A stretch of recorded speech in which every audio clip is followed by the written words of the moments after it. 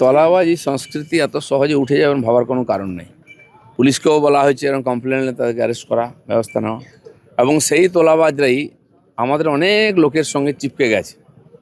আমাদের বহু নেতা আছেন যারা নূতন এই মধুতে আসক্ত হয়ে যাচ্ছেন, কিন্তু পার্টিও নজর রেখেছে, চেষ্টা করছে এগুলোকে অ্যাভয়েড করতে। পার্টির মধ্যে আলোচনাও হচ্ছে, আর এরা খুব ঘনিষ্ঠ হয়ে গেছে। এখন এই যারা দুর্বৃত্ত ছিল, মানুষকে কষ্ট দিয়েছে, লুট করেছে, তারা আসার চেষ্টা করছে আমাদের লোকের কাছে।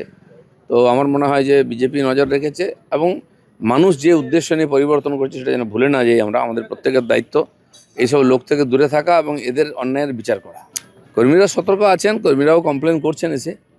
কিছু নূতন বিধায়ক হয়েছেন যারা হঠাৎ ক্ষমতার স্বাদ পেয়েছেন, আর যারা এতদিন ক্ষমতায় থেকে পয়সা কামিয়েছে তারা ঘনিষ্ঠতা বাড়াচ্ছে ওদের সঙ্গে, এ খবর আমাদের কাছে আছে। এই ধরনের যারা কোনোদিন প্রশাসন দেখেনি, ক্ষমতার স্বাদ পেয়েছেন, নতুন নতুন অনেকে ধরাকে সরাজ্ঞান করছেন, তাদের কথাবার্তা ব্যবহার পাল্টে যাচ্ছে, আর পার্টি সব নজর রেখেছে। ভাববেন না এরকম, 6 মাস যেতে দিন, তারপরে পার্টি সব হিসাব করবে। আজকে আমরা 207 এই শরীরী ভাষা নিয়ে যদি আমাদের দলের কেউ নেমে পড়ে ময়দানে, তাহলে পরিণতি কিন্তু অত্যন্ত বিপজ্জনক হবে। যে অনাকাঙ্ক্ষিত ডিম থেরাপি শুরু হয়ে যাবে, সেই ডিম কিন্তু ঘুরে অন্যদিকেও পড়তে পারে, এটা প্রত্যেককে মনে রাখতে হবে। 2 মাস হয়েছে, একটা সরকার তৈরি হয়েছে, সমস্ত কিছু সমাধান করা যায়নি। আমি আমার দলের পক্ষ থেকে যদি দাঁড়িয়ে আপনাদের সামনে বলি যে আমি সমস্ত জায়গায় এক্সটর্শন বন্ধ করে দিতে পেরেছি, ভুল বলছি। বিচ্যুতি আছে, একটা পদ্ধতির মধ্য দিয়ে মানুষ দীর্ঘদিন চলে গেছে, একটা ইজি মানির মধ্য দিয়ে একটা সিন্ডিকেট তৈরি হয়েছিল।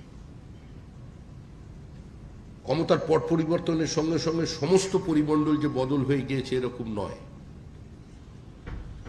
কেউ 4 ঘন্টার মধ্যে একটা শাসক দলে যোগ দিয়ে ফেলেছেন, এবং কারোর মনের মধ্যে আমাদের দলেরই সুপ্ত কিছু বাসনা ছিল, যেগুলো অতৃপ্ত অবস্থায়, ডরমেট অবস্থায় এতদিন ছিল, সেগুলো আবার ফুটে বেরিয়েছে, সেও কারোর সঙ্গে যোগ দিচ্ছে। এ অস্বীকার করলে মিথ্যাচার করা হবে। আমরা চেষ্টা করছি দলের পক্ষ থেকে সেটাকে নিয়ন্ত্রণ করার। আমি আবার বলছি, পুরোপুরি করতে পেরেছি এরকম নয়। আমাদের রাজ্যের মুখ্যমন্ত্রী শুভেন্দু অধিকারী অত্যন্ত কঠোরভাবে এগুলোকে বন্ধ করবার জন্য আপ্রাণ চেষ্টা চালিয়ে যাচ্ছেন। শিক্ষা থেকে স্বাস্থ্য, স্বাস্থ্য থেকে বাণিজ্য,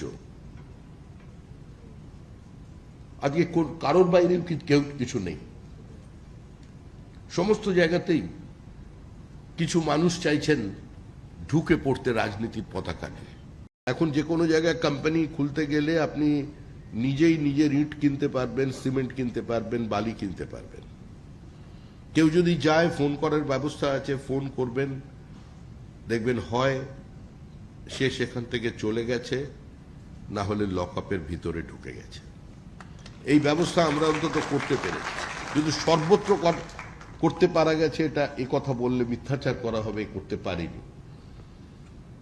আন্তরিকভাবে আমাদের মুখ্যমন্ত্রী শুভেন্দু অধিকারী চেষ্টা করে চলেছেন যে এই অবস্থার বাইরে বের করে আনার জন্য।